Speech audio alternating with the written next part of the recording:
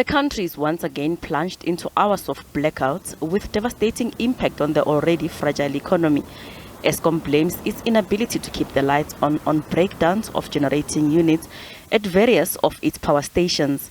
The troubled power utility has postponed plant maintenance for Kubek Unit 1 due to the current pressure on the grid. The Department of Public Enterprises has apologized to the nation for the impact and disruptions caused by the power blackouts. Minister Pravin Gordhan says he has directed Eskom board and management to act with a great sense of urgency to stabilize electricity supply.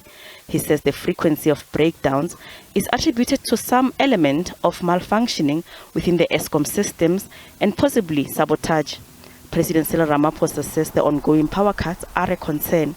We're going through stage 6 load shedding, and this is, continues to be a concern, but I'm sure is being addressed by the various people who are mandated to do so, and we will continue focusing on what is best for South Africans. Energy expert Ted Blom likens Eskom to a sinking ship, saying things are not running properly, leading to further loss of skills at the power utility.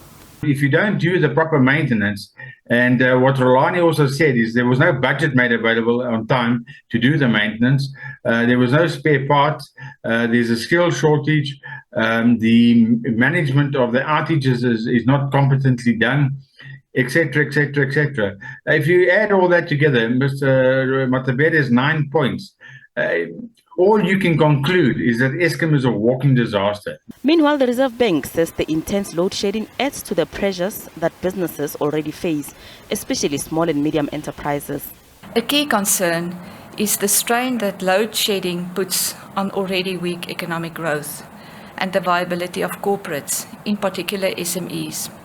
Corporate liquidations continue to increase by 11.8% in the year to September 22. Combined with higher interest rates and debt servicing costs, this affects their ability to service debt.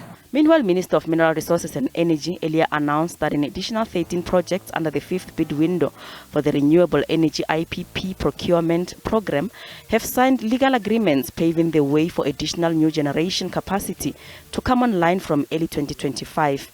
Doria Sefakomosi, SABC News, Johannesburg.